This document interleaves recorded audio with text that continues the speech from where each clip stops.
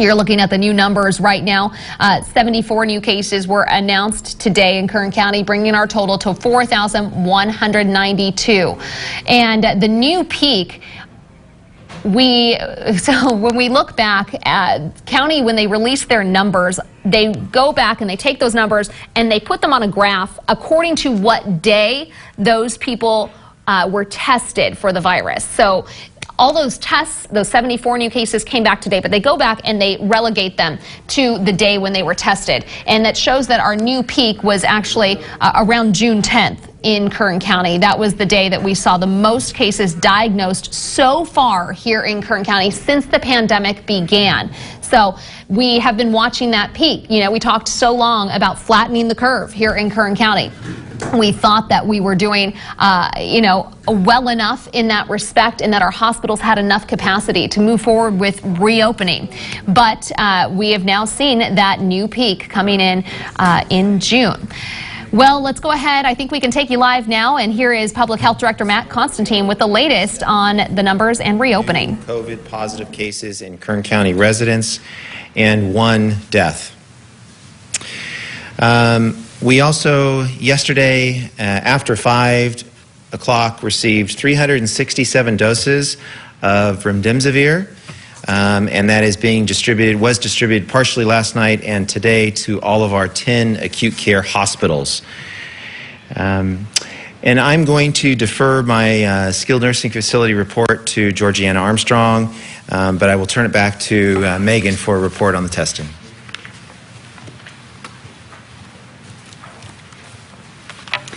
Okay, today we have a couple of updates to make on our COVID-19 testing sites. There are still the state-funded sites as well as the county-funded sites. We are approaching 12,000 tests completed since the beginning. The state sites, I want to remind you that they move depending on usage, so they need to maintain a particular level of usage. And so thankfully we're seeing an uptick in several of those locations. You have sites in Arvin at the Public Health Building, the Kern County Fairgrounds, which is a drive-through only location, the Wasco Library in Rosamond. Our county-funded sites also remain open. There is a change. The site in Oildale at Good Sam Hospital has now switched to 7 days a week and operates from 6 a.m. to 2 p.m. to accommodate the heat. The locations in Taft, Delano, Kern River Valley, Ridgecrest, Tehachapi, and Lamont remain open. And that concludes the information for our testing sites. I'm going to pass it over to Georgiana Armstrong to give an update on our skilled nursing facilities. Thank you, Megan. I appreciate this opportunity to brief you on the actions the county has taken with regards to assisting our skilled nursing facilities to maintain their operations in a way that is safe for their staff, their residents. Last week, the county developed a comprehensive checklist and deployed 2 county staff teams. Those teams visited all 19 SNFs last week. We're compiling that data, and it helps us to build our understanding of the gaps that may exist and ways that the county may assist these facilities to address those gaps. The California Department of Public Health, CDPH, has indicated interest to partner with the county staff for future site visits. So those will be done, and those are currently being planned. Given the extraordinary impact COVID has had on the skilled nursing facilities, the county is taking extraordinary action to commensurate with the incident. We are focusing on the big ticket items, so to speak, and the first one is infection prevention and control. Each facility has an infection prevention specialist. The state has resources to assist those facilities. However, the county felt that additional resources in this particular area was vitally important. We are close to retaining infection prevention specialist resources that will be funded by the county under the CARES Act. And the purpose of that team will be to visit the facilities as an extra set of eyes to help identify gaps and issues that might not be noticed by the facilities, to provide guidance, training, tutoring, mentoring, consulting, and also to report back to the county so that we have an understanding of gaps and how the county might work forward to assist those facilities to address those gaps. Keeping the prevention out of the facility, keeping the infection from spreading within the facility must be our primary focus, and it is our highest concern.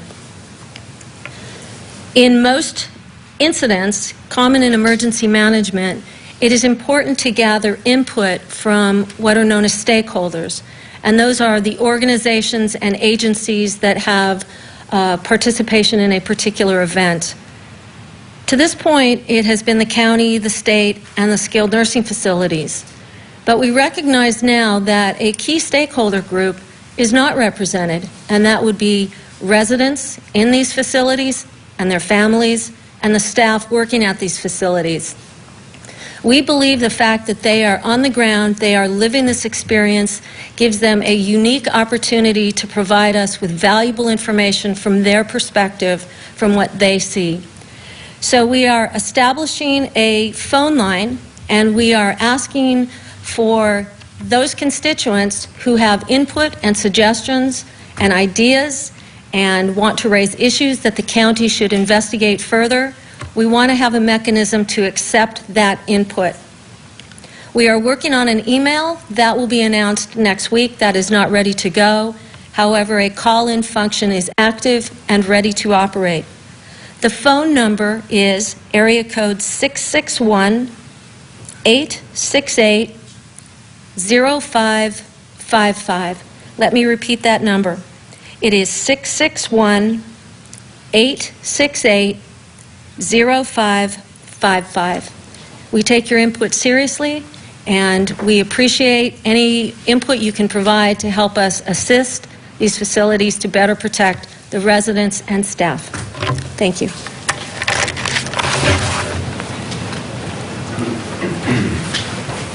Thank you, Georgiana. We're going to turn it over to our Chief Administrative Officer, Ryan Alsop.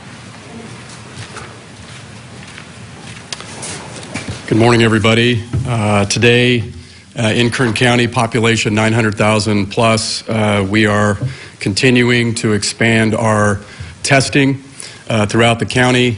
We have tested to date 53,247 residents for COVID-19, 48,368, or about 91% of those tests have come back negative. We are seeking results of 697, or about 1% of the total people tested. 4,182 residents, or about 8% of the total tested, have tested positive. Today, of the 4,182 residents who've tested positive for COVID-19, 4,048, or 97% of those people have either fully recovered or are isolated and recovering at home, treating their symptoms on their own. Today, 70 residents, or 2% of those who've tested positive, are receiving some form of care in an area hospital. 64, or 2%, of those who have tested positive have unfortunately passed away. Today, at least 29 deaths are being attributed to skilled nursing facilities. These are the facilities that were just discussed by Ms. Armstrong. We have 804 available hospital regular beds in hospitals throughout Kern County. 804. We have 83 available ICU beds today. A little bit on the Kern Recovers program. The Kern Recovers loan program for small businesses. To date, we have distributed a little bit over $10 million in funding to 380 different businesses across 155 different business industries. The average loan is a little over $25,000. And it's taking about 15 days from application to having money in bank accounts. We're proud of that number.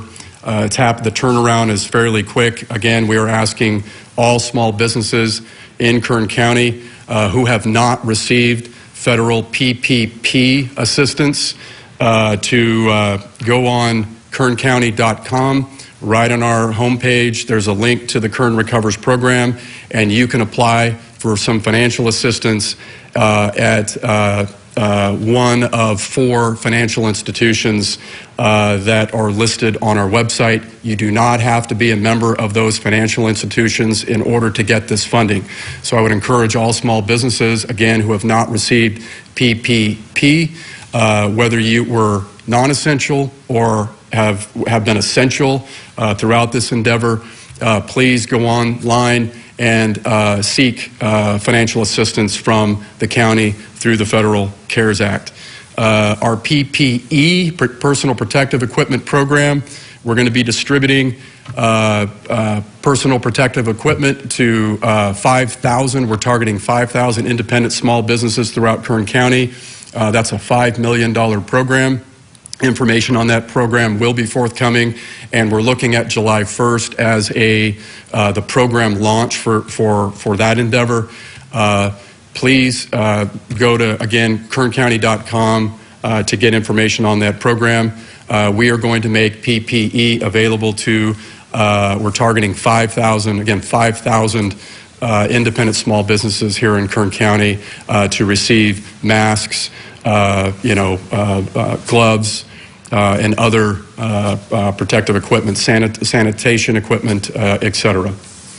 A little bit about the governor's metrics and how the counties are continuing to be monitored by the state and how counties are monitoring themselves across 3 different critical areas that have to do with testing positivity rate, case rate, and also hospitalized patients.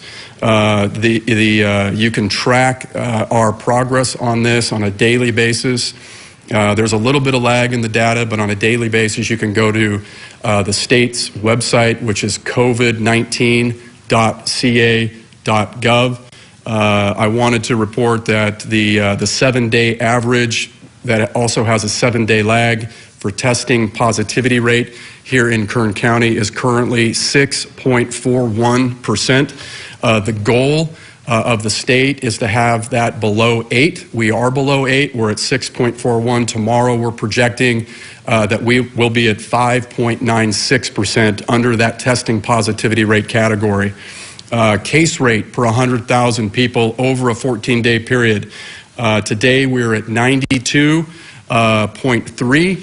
The goal is to be less than 100. We're below that goal today. Tomorrow we're projecting we will be at 81.53 on that category.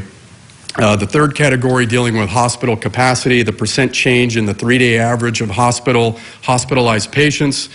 Today we're at 19.6%. The goal is to be below 10%. We are above that goal today. Tomorrow we're projecting that number to be lower. It will be 16.4, but still above the goal of 10%.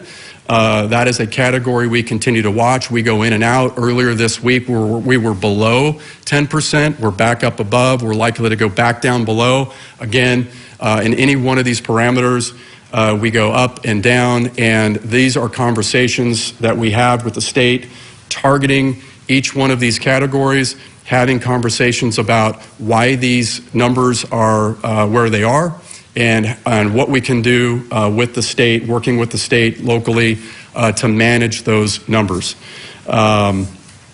I talked about the hospital beds and the ICU beds. Just lastly, businesses, please continue to follow the guidance that has been provided by the state, the public health guidance. If you're following that guidance with rigor, your employees are following it with rigor, you're communicating with your patrons who are coming in to your businesses, you have signage communicating this. If you're following that guidance, we are doing everything we can to help manage the spread of this virus. We believe that we're doing a great job as a county in the business community following that guidance. But we would ask today a big favor of our business community. Please have people coming to your businesses wear a mask. It's an easy thing to do. Post a sign on the door, no shoes, no shirt, no mask, no service. just add a mask to that sign. That would be very, very helpful in helping spread the news that masks are a good addition to the regimen that we should all be practicing, which is good hand washing, distancing, not touching your face, cleaning surfaces, staying away from people if you're sick. All of those things, in addition to wearing a mask when you're in and around groups of people. Businesses, you can be a helpful participant in this endeavor in our community by simply posting a sign on your door and asking your customers to have a mask on. Now, for restaurants, people that are sitting at a table who are able to distance don't have to wear a mask, but when you go into the restaurant, you should be wearing a mask, and wearing a mask all the way to your table, and then you can take it off. But a big part of making sure that the community is wearing masks are businesses helping us out with this. It's a very, very easy thing to do. I went and filled my car up with gas this morning. I went into a Chevron. They had a sign on the door that said wear a mask. I had my mask on. I went inside. Everybody in that facility was wearing a mask. Again, this is a very easy thing to do. Again, please, no shoes, no shirt, no mask, no service. If somebody doesn't want to wear a mask coming into your business, they can come back later, and you can tell them kindly, you might want to come back at a different time. You might want to check us out online, and provide some other options. Maybe you want to supply them with a mask. That would be a good thing to do. You can get masks to supply your customers with masks through the county's PPE program that we're getting ready to roll out July 1. So with that, we're happy to answer any questions that you might have. Thank you, Ryan. So we'll follow our typical method. Remember, it is *6 to unmute. Our first outlet is KNZR. Do we have anyone on the line with questions? This is Tony Lee from KNCR. Go ahead, Tony. And just wondering, with the way things are going, with more numbers coming in of people that are being tested positive, is that doing anything at all in the minds of the health officials that would change how, our opening up the county? Because there was some talk at one point that if the numbers went too high, we may have to walk that back a bit and close things down again. Where do we stand with all of that? So that's a question for our Director of Public Health. Hang on one second. Good morning, Tony. Good morning. So we do monitor the number of positive tests that we receive from all of our testing sites. Beyond the ones Megan has, we have a lot of other testing sites. I think there's a total of 54 when you look at all of the clinics and everybody else that's helping with testing. That number, though, Tony, stays pretty consistent. As Ryan indicated, it hovers somewhere between 5 and 8 to 9% positivity. That number is pretty consistent. Now, the question you're asking, though, is does that present some sort of concern or risk for the economic vitality of our community? And as Ryan also mentioned, the use of these guidance documents for our business sectors, I believe, makes that business even safer than it was originally. These precautions that our businesses are taking significantly reduces the risk of transmission. So as long as we're following that carefully, we're asking the employees to do it and the customers to do it, that ensures that we are able to remain open, that we stay off that watch list. It makes sure that the employees of that business are safe. I mean, you don't know if that employee is caring for a sick parent at home or an immune-compromised child.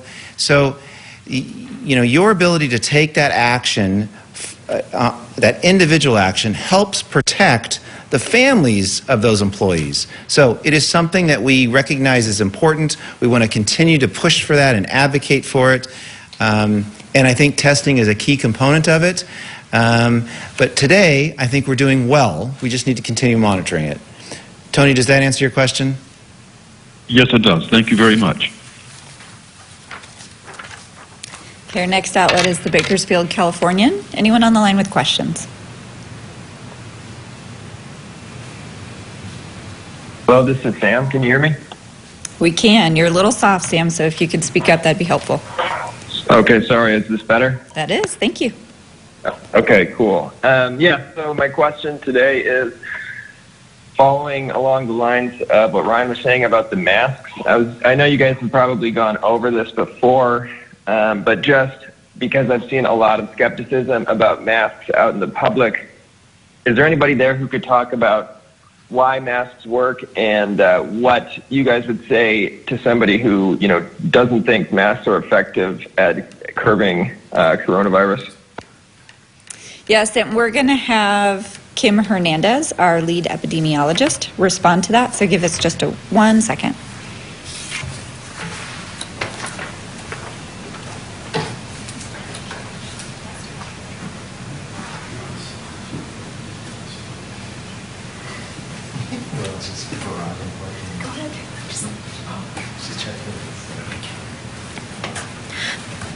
Good morning. We know there's a lot of conversations going on around masks. This is one of many of the tools that we recommend to reduce the risk of transmitting COVID-19. Face masks, cloth face coverings are intended as what we call source control. And so when I wear a mask, that is to protect me from transmitting to other people. And so what that does is that keeps any virus or other germs that we might be exhaling close to me and on my face. And that keeps it from spreading to the things around me, to the people around me. Wearing a cloth face covering or a mask is not a substitute for physical distancing. It is not a substitute for washing your hands. It is not a substitute for staying home when you are ill. All of those things still apply. This is an additional mechanism to provide additional protection. If you look in our healthcare facilities, for many, many years, our healthcare providers have employed this as a measure of source control in our healthcare system. So we are broadening it now outside of our healthcare system to apply to the rest of our daily lives to provide additional protection for all of those around us. We encourage people to talk to their healthcare providers about wearing them and have the opinions of your healthcare providers, as well as follow the recommendations from the CDC, the recommendations from the California Department of Public Health. This is one tool used with many to help reduce the spread we have in our community. Thank you.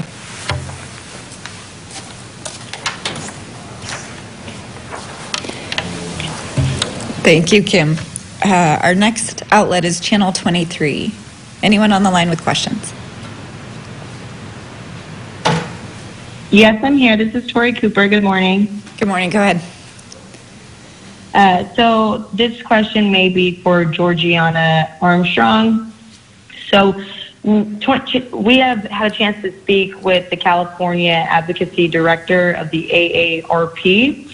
And what they told us is that they're getting multiple reports of nursing homes evicting some of their residents to make room for more lucrative COVID-19 patients because allegedly the more positive cases at the skilled nursing facility that they get, the more money they get. So we're wondering if public health has any knowledge of this happening here, and have you talked to the state about it? Have you guys seen any changes in the last 4 months? I know that you guys have had some conversations with them weekly, daily, but we're just wondering now if you guys have any reports of this happening and what's being done in terms of the communication between public health here locally and the state. Thanks, Tori. We'll have Georgiana respond to your question. Thank you. The skilled nursing facilities are highly regulated and have to follow certain criteria. And it is the sole responsibility of the California Department of Public Health to enforce those regulations. And what you are talking about, that 30-day notice, is a state requirement. So that is not something that the county has been involved in to this point, and it is not something that is within our scope of authority. The project that I've been assigned to by the Board of Supervisors is strictly focused on COVID-related issues as it relates to the skilled nursing facilities. So what you're discussing is beyond the scope of our project, and it is beyond the scope of what the county has the authority to enforce. My suggestion would be to reach out to the state and talk to the California Department of Public Health and ask them that question.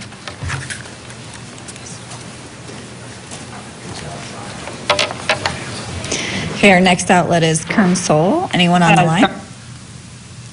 Sorry, go ahead.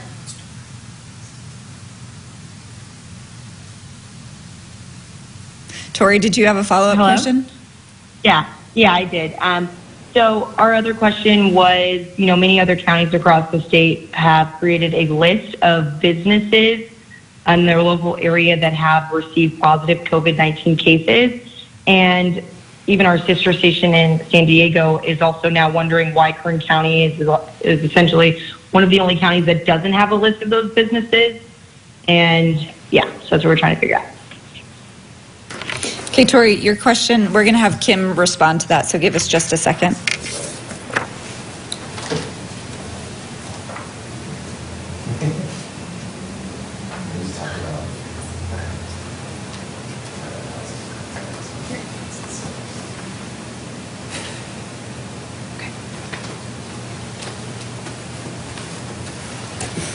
Hi, Tori. As we've discussed before, if there is a significant community exposure, we will absolutely be notifying the public.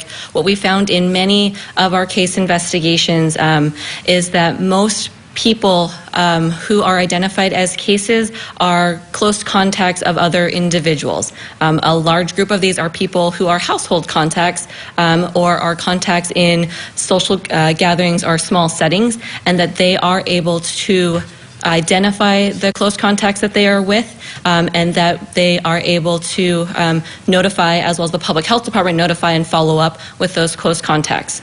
We are trying very hard to not unfairly penalize businesses who are doing the right thing, and that if there is a staff member at a business, hopefully those businesses have procedures in place to protect their other employees and the public. And so if there's a relevant community exposure, absolutely the public will be notified. If what we have in what we consider closed systems, where there isn't a need for a public notification, then all of those notifications happen through employers and through public health to make sure people who may have been exposed are made aware so that they can quarantine for the appropriate period of time and watch themselves for symptoms. Thank you. Thank you, Kim. Okay, our next outlet is Kern Soul.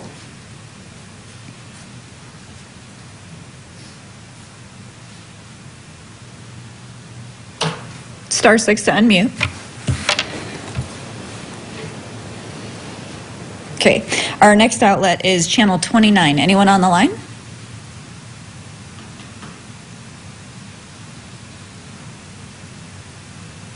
Hi guys, can you hear me? Tim's here from Channel 29. We can, Tim, go ahead. Great, thanks for taking the time. Couple of questions. I know Mr. Alsop was talking about businesses in relation to the mask. What about government buildings? Are you guys enforcing that folks who come into government buildings at this time have face coverings on? Yes. Yeah. So the county administrative office and many of the others all have a requirement that to come into our buildings, you must wear a mask. Okay. And then my other question is in relation to the private businesses. And again, I appreciate that they are private businesses. I saw yesterday that Governor Newsom basically threatened to withhold $2.5 billion in next year's budget to counties that don't comply with the different mandates coming down. Obviously, we do have a face mandate.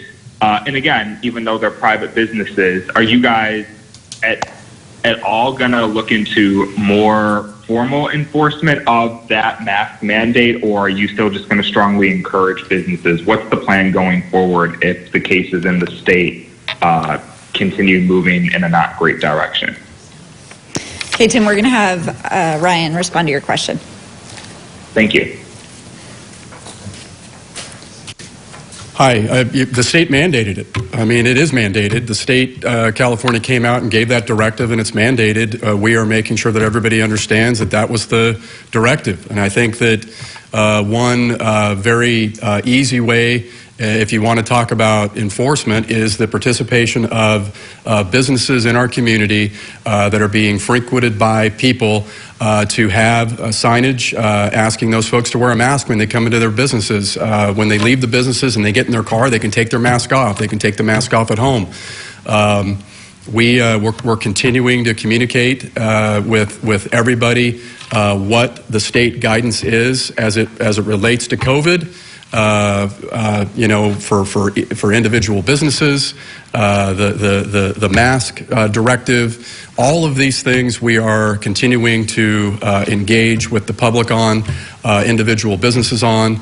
And again, I would just say that I think the governor's statement there was directed at some other counties, frankly, and some other individuals in other counties, as opposed to Kern. I don't think he was talking about Kern. I think we're doing a good job here, making sure that folks are following the state guidance. And again, it's our plea and request to the business community, who is doing a very good job following guidance, to please help us, communicate to your patrons that they need to be wearing a mask when they come in. Again, no shoes, no shirt, no mask, no service. Thank you, guys. Okay, our next outlet is Channel 17. Anyone on the line with questions? Can you hear me? We can, go ahead. All right. I want to follow up on a question I had for Public Health yesterday about sports, specifically club team sports, also prep sports. I've got some local people here who are saying, hey, it's time to allow teams to practice, observing guidelines and recommendations and so forth, but time to let them back out there. And they cite a guidance document from the state about day camps. And what they have shared with me and what I've observed to be the case in San Diego County, among some other counties, they've taken the guidance for day camps, applied it to sports teams, and allowed those teams to practice on a limited and supervised basis. Why has Kern County not viewed those guidance documents pertaining to day camp in the same way San Diego County has? Yeah, but we'll have Matt respond to your question. Thank you. Morning, Bob. Morning. This is a timely question. We've been working on this actively, and this highlights some of the confusion that's coming from the state. You've mentioned day camps, the guidance for day camps. There's also other guidance documents as it relates to recreational facilities and other outdoor events, and they all seem to not address the youth sports component. So we, in fact, have reached out now twice to the state asking for clarification, also recognizing that other counties have chosen to go against the order and to allow youth sports on some occasions, or at least talking about it. We've referenced and evaluated San Diego too. The state has very clearly told us in writing that youth sports are not allowed at this time, that they are developing guidance documents specifically for youth sports, and they expect those to be released soon. So at this point, we have been reiterating that message from the state, highlighting that it is not allowed under that current order, and we want to make sure we're doing everything we can to adhere to the order. Previously, we've talked a little bit about some of the discussion from the governor about not following the order, and we don't want to be in that position. We want to keep our numbers down. And again, those guidance documents really help provide some actionable, practical things that we can do to limit the spread within those specific industry sectors. Does that address your question, Bob? Yes, thank you. Thank you. Megan, may I follow up on a different, You sure can. Go ahead. question? As I'm sure you're quite well aware, President Trump just a few days ago talked about testing and how we perhaps are doing too much testing. I am wondering if you have heard from any Kern County residents urging you to listen to the President's suggestion, observation, and reduce the amount of testing. We have not heard from the group that's represented here today. We have not heard that feedback. If you were to hear that feedback, how do you think you would address a county basically going against the president's recommendation? So we're going to have Matt respond. So, Bob, let's see. First off, testing and early identification is a cornerstone to trying to address this virus. If we can test, and especially now we're detecting asymptomatic individuals, people that don't have symptoms, that we're testing and identifying that they're positive, they become the potential spreader of this virus without even knowing they're sick, and they present a real risk to others. So testing those early on, identifying them, asking them to isolate, and then doing that contact tracing is key in prevention of further outbreaks. It's also important to recognize the state is judging us on the number of tests that we provide. That was a key metric that we had to meet before we could even ask for the stage 2 variants, that we had enough testing at a certain level to even meet it. Some counties didn't even meet that minimum level and then therefore couldn't even submit their application for that variance. So it remains critical for us to continue that. Our numbers at the sites that Megan has mentioned are up. The drive-through clinic at the fairgrounds, those numbers are doing really well. We have a new site in Roseman that did more than 100 yesterday and the day before. We are detecting that illness early, and I think that is key to flattening that curve and to keeping the numbers below so that our hospital system is able to respond. Anything else, Bob? No. Thank you. Thank you, Matt. Okay, our next outlet is Telemundo. Do we have anyone on the line with questions? Hello, can you hear me? We can, go ahead. Hey, Jose Gaspar here from Telemundo. So I got a couple of questions for you guys. First of all, as you know, over at Premix Farms in Wasco, some 31 farm workers tested positive for COVID-19. As you know, the grape harvest is just about here, where thousands of farm workers, if they can find them, are going to be up here working the fields of Kern County. My question is, we've been hearing from farm workers who say that these companies are not giving them the adequate coverings that they need to work out in the fields. They're working much closer together than they should be working. Some of the people affected of COVID-19 at Premix Farms have contacted us saying, hey, look, the company that failed to notify us in a timely manner that so-and-so had COVID-19, so now we have it, and we're afraid of spreading it to our families. What is public health doing, if anything, to address the issue with farm workers and the upcoming grape season where thousands are expected to be out in the fields? Thanks, Jose. I think we're going to have...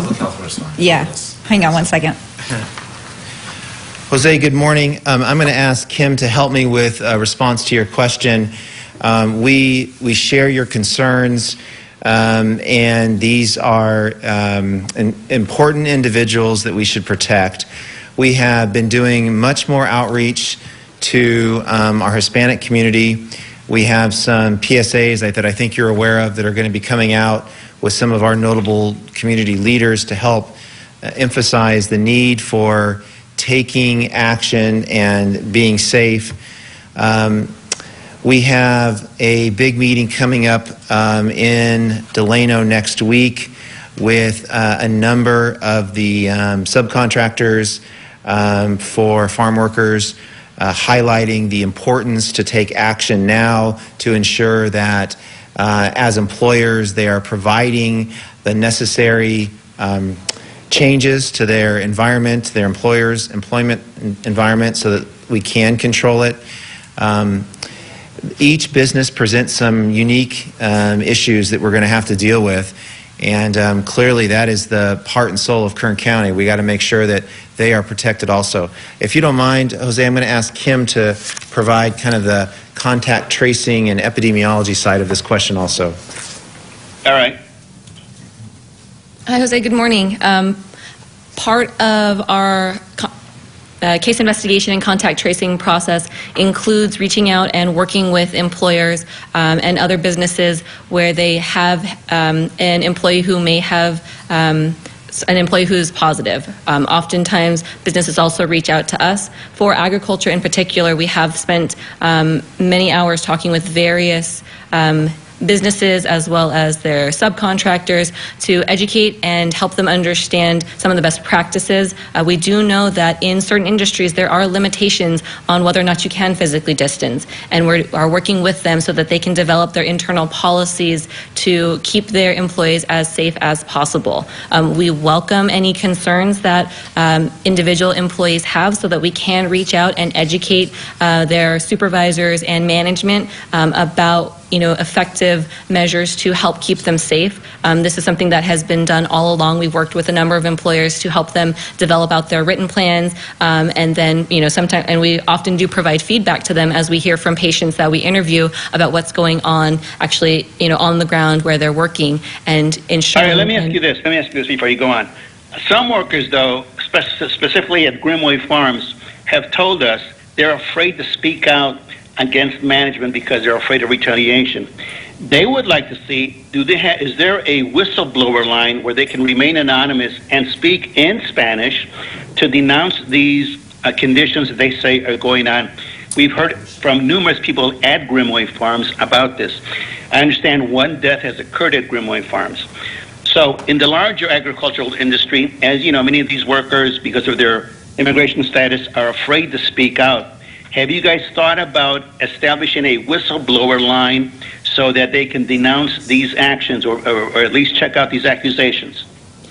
So we currently don't have a specific whistleblower line. We do have our call center where we do take complaints. We have a number of patients who talk to the nurses who are following up with them, as well as our other contact tracing staff. Whenever we speak with employers, we never mention names. We never say who, we take, as we always have, confidentiality and privacy. We hold that to the highest standard. We talk to those employers. We tell them what we have heard. Sometimes we are hearing from a friend of a friend of a friend that this is going on, and we do reach out and we let them know our concerns. We hear, what processes they have in place and whether or not those are things that there are changes that they would like to implement and help work with them to help them make effective changes. I wouldn't call it a whistleblower line, but we do welcome those questions. All of our, the vast majority of the staff we have in our call center are bilingual and do speak Spanish, so they can give those reports, as well as we have nursing staff who speak Spanish, so they can provide that information in Spanish so that we can reach out to those employers, to those direct supervisors if that's so. We always maintain privacy and confidentiality. This is what we have heard from as the public health department, sometimes from multiple sources, and we do try to help educate all of those employers to continue to keep their employees safe. All right, so this Delano meeting coming up, this will be with labor contractors, is that correct? Jose, I'm just looking at the invitation that we were asked to participate with the California Farm Workers Foundation. Hopefully I'm not speaking out of turn. It looks like it's a public meeting. It's a COVID-19 informational meeting, prevention practices, facts and myths, resources and information, social distancing, monitoring employee health.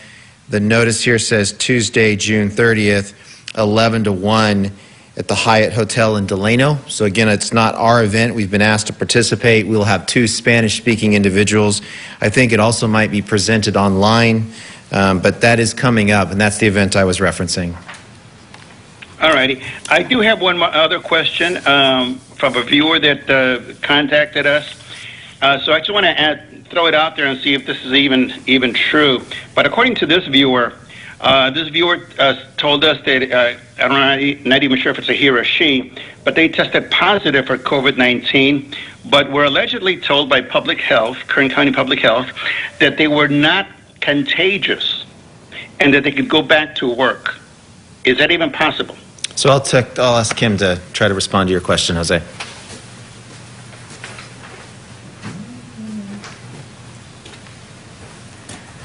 Hi, Jose. All of our our case investigation staff, our nurses reach out to those positive members of our community. They assess those members, and at a certain point, they are deemed to be not contagious. Once they are not contagious, they are released back to work. So without knowing details about this particular viewer who called you, we couldn't say for certain what happened in this case. But in general, all of our cases are assessed, and at a certain point in time are assessed as non-contagious, which is when they are released from isolation and allowed to go back to work. Okay, so essentially you need more information about the specific case. Is that right? Sounds like it. All right, thank you. I'm going to pause and see if any of our other stations have follow-up questions.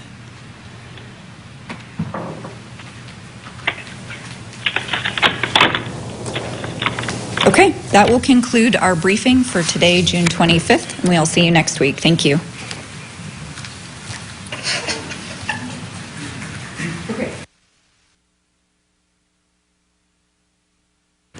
And you've been listening to a live update from Kern County Public Health and county officials on the latest on the coronavirus crisis here in Kern County. Again, 74 new cases were announced today here in Kern, and 1 new death was also announced, and just under 3,000 people have currently recovered from the coronavirus.